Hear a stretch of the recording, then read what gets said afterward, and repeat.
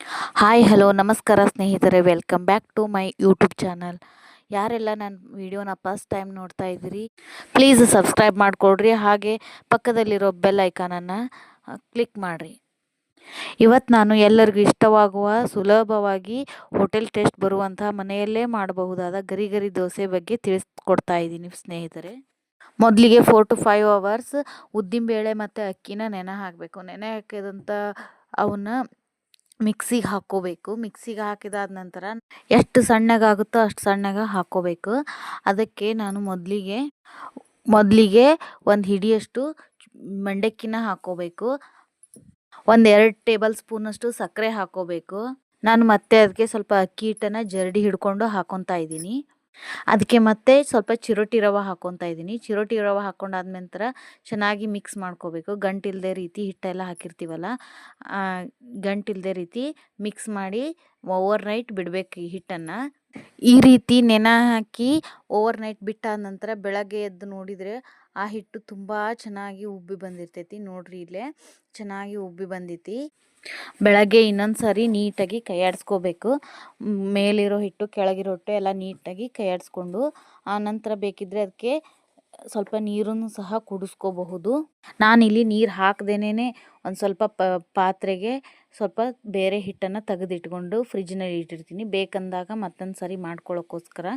ಈಗ ಇನ್ನೊಂದು ಪಾತ್ರೆಯಲ್ಲಿರೋ ಹಿಟ್ಟಿಗೆ ಉಪ್ಪು ಮತ್ತು ಸೋಡಾ ಪುಡಿ ಹಾಕಿ ಒಂದು 10 ನಿಮಿಷ ಬಿಡಬೇಕು. ಬೇಕಿದ್ದರೆ ಇನ್ನೂ ಸ್ವಲ್ಪ ನೀರು ಹಾಕ್ಕೋಬಹುದು. ನೀರು ಹಾಕ್ಕೊಂಡು ಸೋಡಾ ಪುಡಿ ಉಪ್ಪು ಎಲ್ಲ ಮಿಕ್ಸ್ ಆಗಿ ಒಳ ಕೈಯಾಡಿಸಿ ಅದನ್ನ ಎತ್ತಿಟ್ಬಿಡೋಣ. ಈ ಹಿಟ್ಟು ರೆಡಿ ಆಗೋದ್ರಲ್ಲಿ ನಾನು ಚಟ್ನಿ ಮಾಡ್ಕೊಂಡ್ಬಿಡ್ತೀನಿ. ನಾನು ಮೊದಲಿಗೆ ಇಲ್ಲೇ ಕೊಬ್ಬರಿನ ಸಣ್ಣಗೆ ಹೆಚ್ಚಿ ಮಿಕ್ಸಿ ಜಾರ್ಗೆ ಹಾಕ್ಕೊಳ್ತಾ ಇದ್ದೀನಿ. ಇದಕ್ಕೆ ಹುರಿದಿರುವಂಥ ಮೆಣಸಿನ್ಕಾಯಿನೂ ಸಹ ಹಾಕ್ಕೊತಾ ಇದ್ದೀನಿ. ನಂತರ ಇದಕ್ಕೆ ಬೆಳ್ಳುಳ್ಳಿನ ಹಾಕ್ಕೊತಾ ಇದ್ದೀನಿ. 1 ಗಡ್ಡೆ ಬೆಳ್ಳುಳ್ಳಿ ಆದರೆ ಸಾಕು. ಖಾರ ಉಪ್ಪು ನಿಮಗೆ ಯಾವ ಟೇಸ್ಟಿಗೆ ಬೇಕೋ, ಜಾಸ್ತಿ ಖಾರ ಬೇಕಂದರೆ ಹೆಚ್ಚಿಗೆ ಖಾರ ಹಾಕ್ಕೋಬಹುದು, ಕಡಿಮೆ ಬೇಕಂದರೆ ಕಡಿಮೆನೂ ಹಾಕ್ಕೋಬಹುದು. ಮತ್ತು ಎರಡು ಗರಿ ಕರಿಬೇವು ಹೆಸಳನ್ನ ಹಾಕ್ಕೊತಾ ಇದ್ದೀನಿ. ಉಪ್ಪು ಸಹ ನಿಮಗೆ ರುಚಿಗೆ ತಕ್ಕಷ್ಟು ಹಾಕ್ಕೋಬಹುದು. ನಂತರ ಇದಕ್ಕೆ ಕೊತ್ತಂಬರಿ ಸೊಪ್ಪು ಹಾಕ್ಕೊತಾ ಇದ್ದೀನಿ. ಕೊತ್ತಂಬರಿ ಸೊಪ್ಪು ಜಾಸ್ತಿ ಹಾಕಿದರೆ ಟೇಸ್ಟೂ ಕೂಡ ಚೆನ್ನಾಗಿ ಬರ್ತೈತಿ. ನಂತರ ಇದಕ್ಕೆ ಜೀರಿಗೆ ಮತ್ತು ಉಪ್ಪನ್ನು ಹಾಕ್ಕೊತಾ ಇದ್ದೀನಿ. ಈ ರೀತಿ ಹಾಕ್ಕೊಂಡು ಮಿಕ್ಸಿಗೆ ಚೆನ್ನಾಗಿ ನೈಸಾಗಿ ರುಬ್ಕೋಬೇಕು. ಚೆನ್ನಾಗಿ ರುಬ್ಕೊಂಡ್ರೆ ಚಟ್ನಿ ಚೆನ್ನಾಗಿ ಟೇಸ್ಟ್ ಬರ್ತೈತಿ. ಉದುರು ಇರಬಾರ್ದು ಈ ಚಟ್ನಿ. ಸ್ವಲ್ಪ ನೀರು ಹಾಕ್ಕೊಂಡು ರುಬ್ಕೊಂಡಿದ್ದೀನಿ. ನೋಡಿರಿ, ಇಲ್ಲೇ ಇದಕ್ಕೊಂದು ಫೈನಲಾಗಿ ಒಗ್ಗರಣೆ ಕೊಟ್ಬಿಟ್ರೆ ಚಟ್ನಿ ಕೆಲಸ ಮುಗಿದ ಹಾಗೆ. ನಾನಿಲ್ಲಿ ಒಂದು ಪಾತ್ರೆಗೆ ಸ್ವಲ್ಪ ಎಣ್ಣೆ ಹಾಕ್ಕೊತಾ ಇದ್ದೀನಿ. ಒಂದು ಅರ್ಧ ಟೇಬಲ್ ಸ್ಪೂನಷ್ಟು ಎಣ್ಣೆ ಹಾಕ್ಕೊಂಡು ಇದಕ್ಕೆ 1 ಟೇಬಲ್ ಸ್ಪೂನಷ್ಟು ಉದ್ದಿನಬೇಳೆ ಹಾಕ್ಕೊತಾ ಇದ್ದೀನಿ. ಉದ್ದಿನಬೇಳೆ ಸ್ವಲ್ಪ ಕಂದು ಬಣ್ಣ, ಹೊಂಬಣ್ಣ ಅಂತಾರಲ್ಲ ಆ ಟೈಪ್ ಬರೋ ತನಕನೂ ಈ ಚಟ್ನಿಗೆ ಉದ್ದಿನಬೇಳೆ ಹಾಕೋದ್ರಿಂದ ಟೇಸ್ಟು ಚೆನ್ನಾಗಿ ಬರ್ತೈತಿ. ಉದ್ದಿನಬೇಳೆ ಸ್ವಲ್ಪ ಬಣ್ಣ ಬದಲಿಸಿದ ನಂತರ ಅದಕ್ಕೆ ಸಾಸಿವೆ ಮತ್ತು ಜೀರಿಗೆ ಹಾಕ್ಕೊಳ್ತಾ ಇದ್ದೀನಿ. ಈ ರೀತಿ ಜೀರಿಗೆ ಸಾಸಿವೆ ಹಾಕ್ಕೊಂಡಾದ ನಂತರ ಸ್ವಲ್ಪ ಒಂದು ಗರಿಯಷ್ಟು ಕೊತ್ತಂಬರಿ ಸೊಪ್ಪು ಕರಿಬೇವನ್ನು ಹಾಕ್ಕೊತಾ ಇದ್ದೀನಿ. ಕರಿಬೇವು ಹಾಕ್ಕೊಂಡಾದ ನಂತರ ನಾನು ಗ್ಯಾಸ್ನ ಆಫ್ ಮಾಡಿಬಿಡ್ತೀನಿ. ಇಲ್ಲಾಂದರೆ ಅವು ಹೋಗ್ಬಿಡ್ತವೆ ನಾವು ಚಟ್ನಿ ಎಲ್ಲ ಅದ್ರೊಳಗೆ ಹಾಕೋಷ್ಟೊತ್ತಿಗೆ. ಇದನ್ನ ಒಂದು ಸಲ ನೀಟಾಗಿ ಕೈಯಾಡಿಸ್ಕೊಂಡು ಅದಕ್ಕೆ ಸ್ವಲ್ಪ ಚಟ್ನಿ ರುಬ್ಬಿಟ್ಕೊಂಡಿರ್ತೀವಲ್ಲ ಆ ಚಟ್ನಿನ ಹಾಕ್ಕೋಬೇಕು. ನಂತರ ಇದಕ್ಕೆ ಸ್ವಲ್ಪ ಆ ಜಾರ್ಗೆ ನೀರು ಹಾಕ್ಕೊಂಡು ಅದಕ್ಕೆ ಹಾಕ್ಕೋಬಹುದು. ಬೇಕಿದ್ದರೆ ಉಪ್ಪು ಕಡಿಮೆ ಅನಿಸಿದರೆ ಇವಾಗ ಉಪ್ಪು ಸಹ ಹಾಕ್ಕೋಬಹುದು. ನಾನಿಲ್ಲಿ ಮಿಕ್ಸಿ ಜಾರ್ಗೆ ಸ್ವಲ್ಪ ನೀರನ್ನು ಹಾಕ್ಕೊಂಡು ಆ ನೀರನ್ನು ಚಟ್ನಿಗೆ ಹಾಕ್ಕೊತಾ ಇದ್ದೀನಿ. ಇದನ್ನ ನೀಟಾಗಿ ಕೈಯಾಡಿಸ್ಬಿಟ್ರೆ ಚಟ್ನಿ ರೆಡಿ ಆಯಿತು.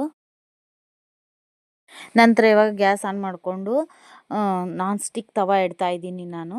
ನಾನ್ ಸ್ಟಿಕ್ ತವ ಆದಮೇಲೆ ಸ್ವಲ್ಪ ನೀರು ಚಿಮುಕಿಸಿ ಆ ರೆಡಿ ಮಾಡಿ ಇಟ್ಟಿರ್ತೀವಲ್ಲ ದೋಸೆ ಹಿಟ್ಟನ್ನು ಅದು ನೀಟಾಗಿ 1 ಸ್ಪೂನ್ ತೊಗೊಂಡು ಹಾಕಿಬಿಟ್ಟು, ಇವಾಗ ಹಿಟ್ಟನ್ನು ತೊಗೊಂಡು ಸ್ಪೂನಿಂದ ಅಥವಾ ಬಟ್ಲದಿಂದನೂ ತೊಗೋಬೋದು, ಹಿಟ್ಟು ಹಾಕಿ ನೀಟಾಗಿ ತವಾದ ಮೇಲೆ ಹರಡಬೇಕು. ಈ ರೀತಿ ಹರಡಿದ ಮೇಲೆ ನಿಮಗೆ ಇನ್ನೂ ತೆಳ್ಳಗೆ ಬೇಕಂದರೆ ಇನ್ನೂ ತೆಳ್ಳಗೆ ಹಾಕ್ಕೋಬಹುದು. ಬೇಕಿದ್ದರೆ ಇಷ್ಟೇ ಸಾಕು ಅಂತಂದರೂ ಬಿಡಬಹುದು. ನೋಡ್ತಾ ಇದ್ರಲ್ಲ ವಿಡಿಯೋದಲ್ಲಿ ಈ ರೀತಿ ದೋಸೆ ರೆಡಿ ಆಗ್ತಾ ಇದೆ. ಇವಾಗ ಸ್ವಲ್ಪ ಎಣ್ಣೆ ಹಾಕ್ತಾ ಇದ್ದೀನಿ. ಎಣ್ಣೆ ಹಾಕೋದ್ರಿಂದ ಟೇಸ್ಟ್ ಚೆನ್ನಾಗಿ ಬರ್ತೈತಿ. ಇವಾಗ ನೋಡಿ, ನಾನು 1 ಸ್ಪೂನ್ ಸಹಾಯದಿಂದ ಮೊದಲಿಗೆ ಹಂಚಿನಲ್ಲಿರೋ ದೋಸೆನ ಬಿಡಿಸ್ಕೊತಾ ಇದ್ದೀನಿ. ಆಮೇಲೆ ಅದು ದೋಸೆನ ತಿರುವಿ ಹಾಕ್ತಾ ಇದ್ದೀನಿ. ಈ ರೀತಿ ಎರಡೂ ಬದಿ ದೋಸೆನ ಬೇಯಿಸ್ಕೋಬೇಕು.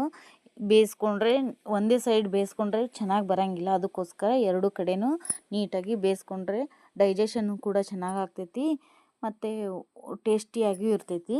ನೋಡ್ರಿ ರೆಡಿ ಆಯಿತು ನಮ್ಮ ಬಿಸಿ ಬಿಸಿಯಾದ ಹೋಟೆಲ್ ಥರಾನೇ ರೆಡಿ ಆಗಿಬಿಡ್ತು ದೋಸೆ. ನೋಡಿ ಫ್ರೆಂಡ್ಸ್, ಮನೆಯಲ್ಲೇ ಸರಳವಾಗಿ ಇರುವಂತಹ ಪದಾರ್ಥಗಳಿಂದ ನಾನು ಈ ರೀತಿ ಚೆನ್ನಾಗಿರೋ ಹೋಟೆಲ್ ಟೇಸ್ಟ್ ಬರುವಂಥ ದೋಸೆನ ರೆಡಿ ಮಾಡಿದ್ದೀನಿ. ಇವಾಗಿನ ಮಕ್ಕಳಂತೂ ದೋಸೆ ಅಂದರೂ ತುಂಬ ಇಷ್ಟಪಡ್ತಾರೆ. ಅವ್ರಿಗೆ ನಮ್ಮ ಬ್ಯುಸಿ ಲೈಫ್ನಲ್ಲಿ ಅವ್ರಿಗೂ ಹೋಟೆಲ್ ಸ್ಟೈಲ್ನಲ್ಲೇ ದೋಸೆ ಮಾಡಿಕೊಟ್ರೆ ಅವ್ರಿಗೂ ಮಕ್ಕಳಿಗೂ ಖುಷಿಯಾಗುತ್ತೆ. ಮತ್ತು ಹೊರಗಿನ ಉಪಹಾರಗಳನ್ನು ತಿನ್ನೋದನ್ನು ಕೂಡ ಕಡಿಮೆ ಮಾಡ್ತಾರೆ. ಬ್ಯುಸಿ ಇರುವಂತಹ ಪೇರೆಂಟ್ಸಿಗಂತೂ ಇದು ಬೆಸ್ಟ್ ಅಂತಂದೇ ಹೇಳ್ಬೋದು ನಾಷ್ಟಾ ರೆಸಿಪಿ. ಯಾಕಂದರೆ ಈ ಥರ ಹಿಟ್ಟು ರೆಡಿ ಮಾಡಿ ಇಟ್ಕೊಂಡ್ಬಿಟ್ರೆ ಯಾವಾಗ ಬೇಕಿದ್ರೂ ಅವಾಗೆ ದೋಸೆನ ಮಕ್ಕಳಿಗೆ ಹಾಕಿ ಕೊಡಬಹುದು.